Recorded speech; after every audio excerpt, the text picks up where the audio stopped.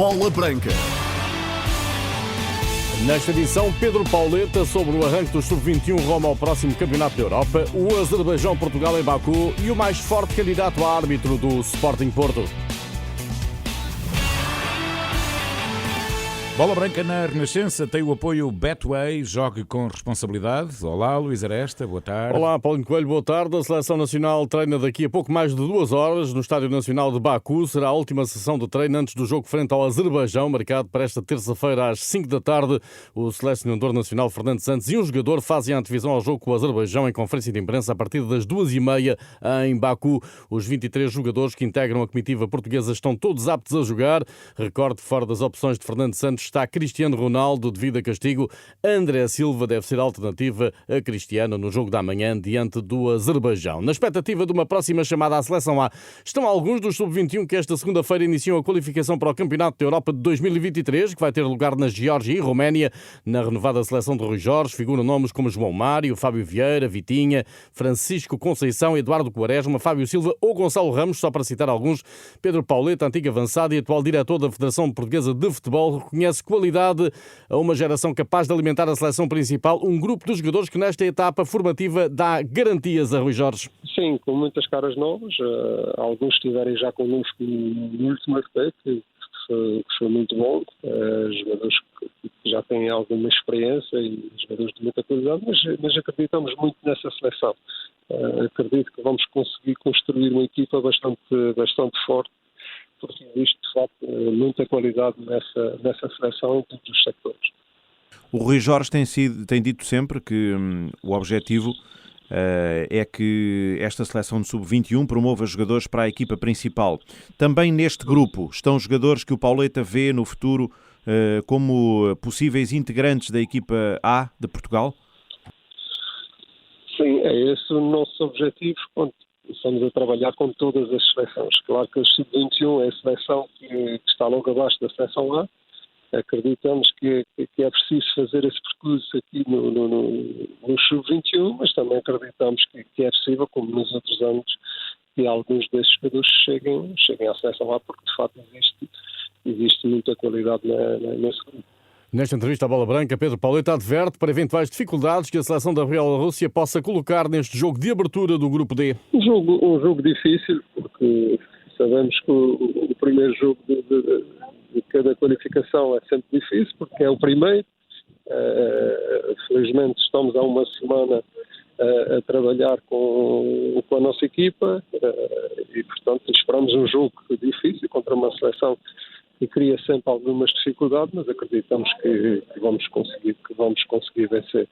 Quanto à qualificação, a qualificação do Sub-21 é sempre difícil, só passa o primeiro direto, mas acreditamos que vamos construir uma equipa forte e uma equipa preparada para conseguir esse grande objetivo que é estar presente no próximo europeu. E a partir das 7 da tarde, no estádio José Gomes, na Amadora, são esperados hoje 900 espectadores para apoiar o Sub-21 de Portugal. Pedro Pauleta desejava mais. Há 900 pessoas que podem estar a assistir ao jogo. É óbvio que nós queríamos que fossem muito mais, porque acreditamos que nesse jogo da seleção de Sub-21 na Amadora podia estar muito mais público.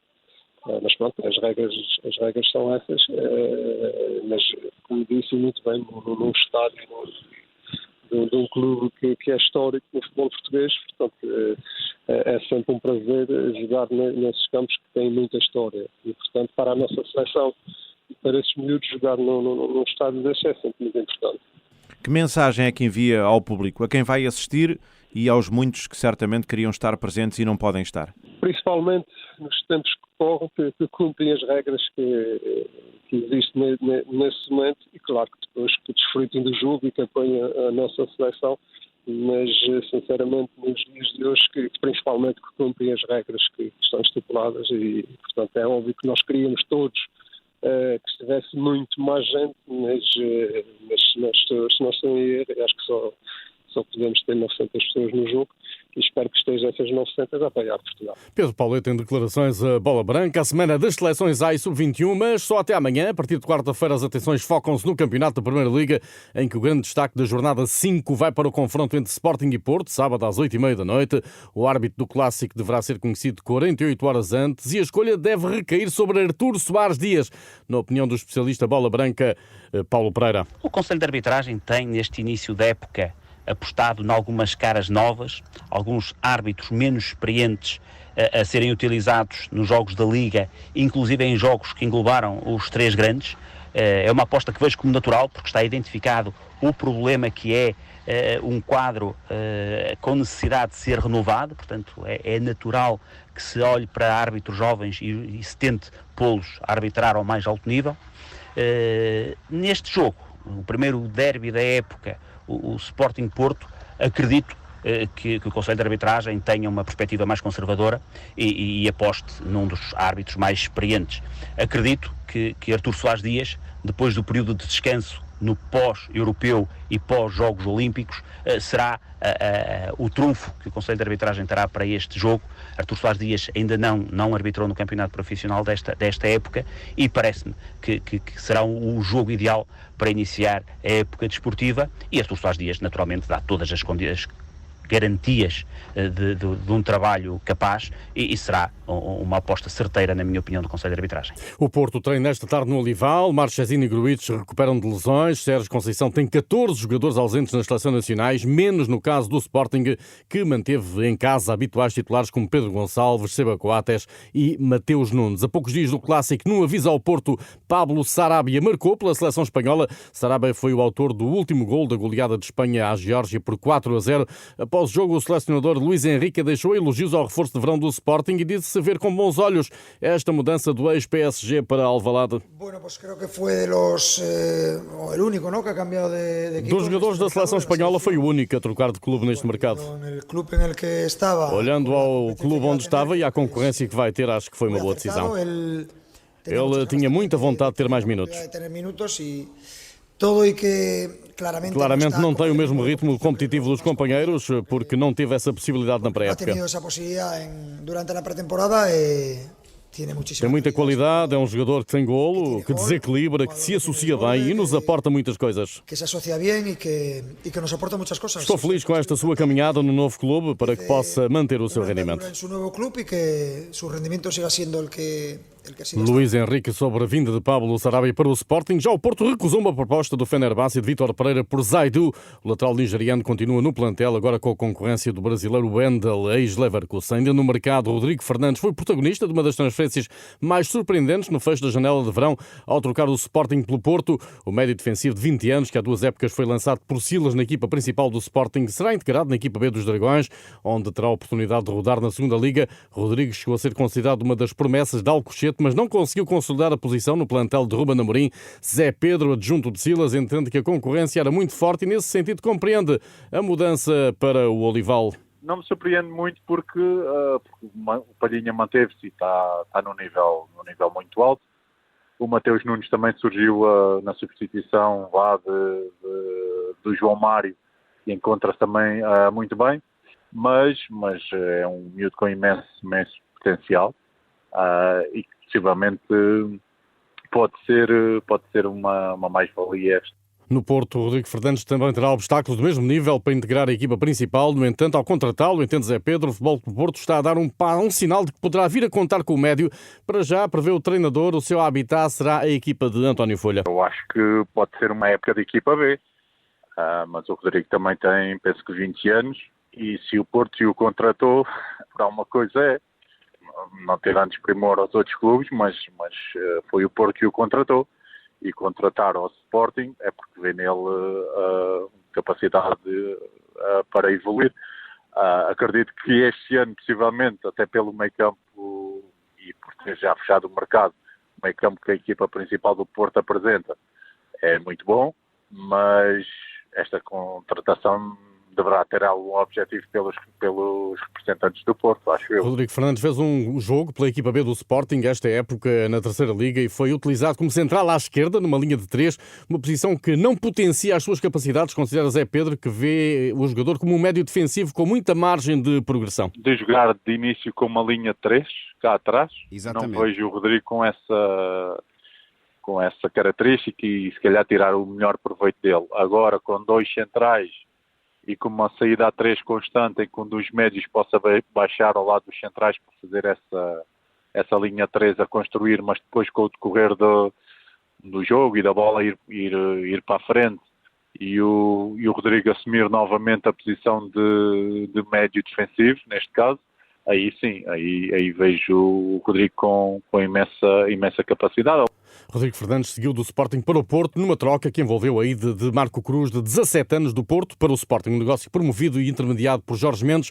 Rodrigo Fernandes foi inscrito na Liga. Marco Cruz, com a idade de júnior de primeiro ano, poderá ainda ser inscrito pelo Sporting. No Benfica, por estes dias, Jorge Jesus não conta com 14 jogadores ao serviço das seleções. Os encarnados preparam o regresso ao campeonato, uma deslocação a São Miguel para defrontar o Santa Clara no plano eleitoral, enquanto se aguarda pelo anúncio da candidatura de Rui Costa às eleições de 9 de outubro. Bruno Costa Carvalho esclareceu esta manhã que não é candidato porque não lhe é permitido. Bruno Costa Carvalho tem 19 anos de sócio do Benfica. O regulamento obriga no mínimo 25 anos. Foi esse, aliás, o motivo que levou a que Bruno Costa Carvalho abdicasse do ato eleitoral realizado no ano passado e que na altura reconduziu Luís Filipe Vieira na presidência do clube. Já Noronha Lopes, no comunicado emitido durante o fim de semana, veio afirmar que o vieirismo continua presente no Sport Lisboa e Benfica. Noronha Lopes considera que as eleições foram marcadas ao sabor dos resultados desportivos, afastando assim a possibilidade de um debate sério com as regras eleitorais a serem conhecidas, na melhor das hipóteses, 3 semanas antes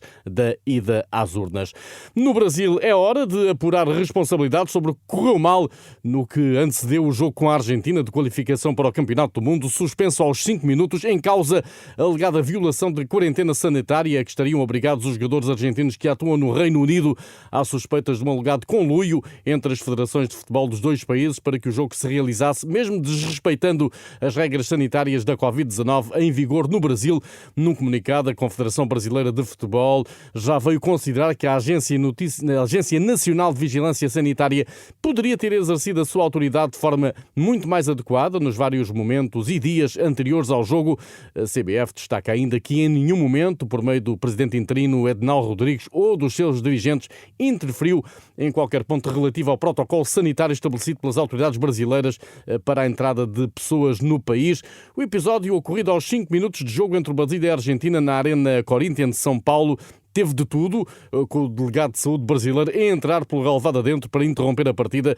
Seguiram-se empurrões e ameaças de detenção e deportação dos jogadores argentinos que atuam no futebol inglês.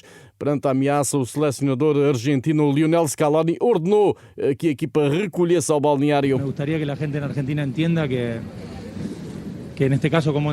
Gostaria que as pessoas na Argentina entendessem que, neste caso, como treinador, eu tenho que defender os meus jogadores. Se entram pessoas por aqui dentro dizendo que os querem levar e deportá-los, eu não tenho qualquer hipótese. Em momento algum nos avisaram de que não poderiam jogar esta partida. E apenas quero explicar à Argentina que perceba o que aconteceu. Fico muito triste, nós saímos prejudicados, queríamos jogar, tal como o Brasil também queria jogar. Os jogadores do Brasil também queriam jogar o partido e nada mais, o espetáculo estava para jogar. Declarações do selecionador da Argentina, Lionel Scaloni, ao canal TIC Sports. Ao fim de 3 horas de cerco policial na Arena Corinthians de São Paulo, os argentinos foram autorizados a regressar a casa. A seleção brasileira aproveitou o momento para treinar. Os benfiquistas Lucas Veríssimo pelo Brasil e Otamendi pela Argentina tinham entrado como titulares. Em face deste episódio, acabaram por ser poupados ao esforço do jogo, mas tinham ainda compromissos pela frente nos próximos dias na fase de qualificação para o Campeonato do Mundo. Há um Brasil-Peru e um Argentina-Bolívia na madrugada da próxima sexta-feira. Quanto ao grande clássico do futebol sul-americano entre o Brasil e a Argentina, interrompido aos 5 minutos, aguarda-se por decisões da CONMEBOL e da FIFA. Morreu o antigo internacional francês Jean-Pierre Adams. O antigo jogador estava em coma profundo desde 1982, vítima de um erro na indução de anestesia durante uma operação ao joelho. Jean-Pierre Adams sofreu um broncoespasmo, entrou em coma, assim ficando até ao seu falecimento esta segunda-feira aos 73 anos de idade. idade. Adams, que se destacou ao serviço de Tunísio, representou a seleção francesa em 22 ocasiões entre 1972 e 1976. Está tudo em rr.sap.pt. Boa tarde, bom almoço.